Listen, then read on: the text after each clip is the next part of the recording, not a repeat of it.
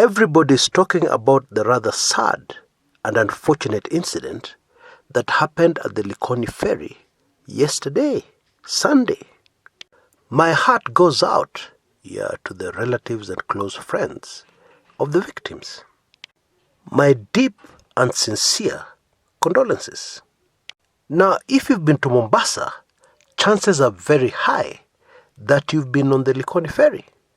There are only three ways, many people don't know this. There are only three ways of getting onto Mombasa Island. And of course one of them is the Likoni Ferry. The other two are, of course, the Nyali Bridge and the man-made Kipevu Causeway, which you have to use if you're driving from Nairobi going into Mombasa. Now, I've often heard people asking, why don't they build a bridge? Like the Nyali Bridge, but this time crossing from the island onto the south coast. Well, the simple answer is that that bridge, even if it's fairly high, would block ships from accessing the very busy Kilindini Harbour. And so for years, the government-owned Kenya Ferry Services have run a fairly efficient ferry service and fairly safe that crosses from the island to the south coast, taking you on to Kunda, Msambweni, on to the Lunga Lunga border with Tanzania. It is roughly a 1.5 hour drive from the Likoni Ferry using your personal vehicle to reach the border at Lunga Lunga, and then crossing over to Horohoro on the Tanzanian side. Bottom line, this is a very busy part of Mombasa. And if for any reason ferry services are disrupted, which has happened on a few occasions, then it becomes a national crisis. That is how important the Likoni Ferry is. Now, I thank you for your patience, because that background was very important, because we need to understand the kind of pressures the folks at Kenya Ferry Services are under. And don't get me wrong, I'm not trying to make any excuses on their behalf, because currently I can see the telltale signs of a cover-up. Because it should not be possible for a car to slide backwards into the ocean. From the ferry, that should never happen. Because the extreme front and the extreme back of the ferry are supposed to be lifted up as soon as the vehicles are all inside the ferry. Standard safety precaution. I have been on the ferry when the waters have been quite rough. And you see the ferry being tossed up and down. And usually it takes a little longer to cross, from either side. And mercifully, on all those occasions, as far as I can remember, both the back and the front ends have been up, preventing any car from rolling out of the ferry onto the ocean. But on Sunday, it was down when the vehicle of Miriam Kigenda, 35 years old, who was in the vehicle with her 4-year-old daughter, slid into the ocean and submerged.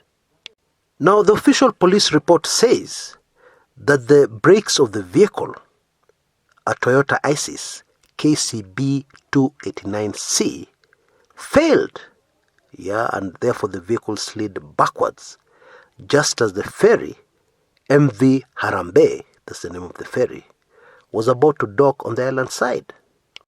Now, to me, that kind of statement is the kind of statement that seems to be trying to make excuses, even before people have complained. Because the truth is, the ferry was not about to dock. It was roughly just past the center of the crossing. I think the idea of saying it was about to dock has to do with the fact that normally the front end is lowered as the ferry is about to dock. So it's supposed to give an impression that as the front was being lowered, this vehicle slid. Nothing like that, because the vehicle was right at the back of the ferry. And the back is not supposed to be lowered when it's about to dock on the front side. Unfortunately, there's yet another safety precaution that was not enforced.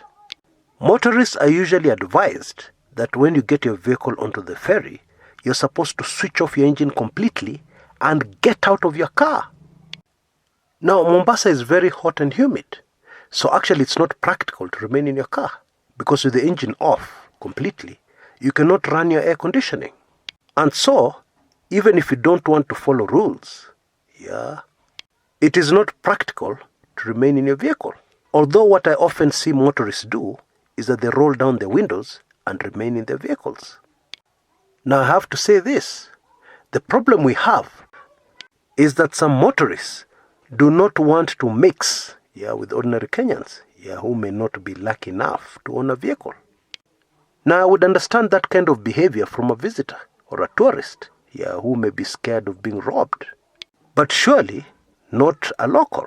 Hopefully, going forward, and with this tragedy still fresh on the minds of many, this particular safety precaution will be enforced. And the public will understand why it is important. A car is not a perfect machine because it has been manufactured, it has been made by the imperfect hands of a man. And even a ferry, the same. Bottom line, anything can happen. And that is precisely why we have safety precautions and rules. For instance, traffic rules. Let me quickly give you an example of a traffic rule very few people follow. Braking distance between you and the vehicle in front of you. It is something that is taught in every good driving school.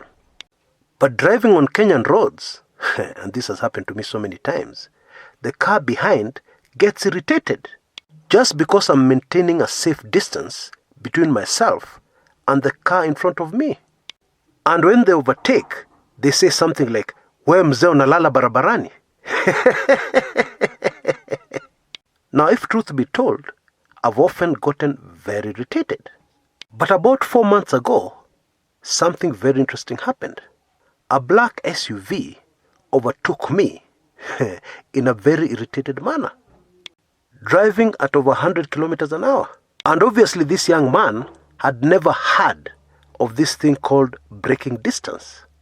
Because I could see for several kilometers, he tailed the car ahead of me at high speed before finally overtaking it. We were on the Nakuru-Nairobi highway. And just before Kikopey, where people like stopping to eat nyama choma, we saw that there had been an accident. The black SUV had rammed into another vehicle from the back. But instead of feeling self-righteous, I could only feel great pity, because it looked very bad. And chances were that even if I wanted to, I would not have been able to stop and lecture that driver about braking distance. Because chances were he was no longer on this earth. Folks, rules are not there to inconvenience you. Just remember that the next time.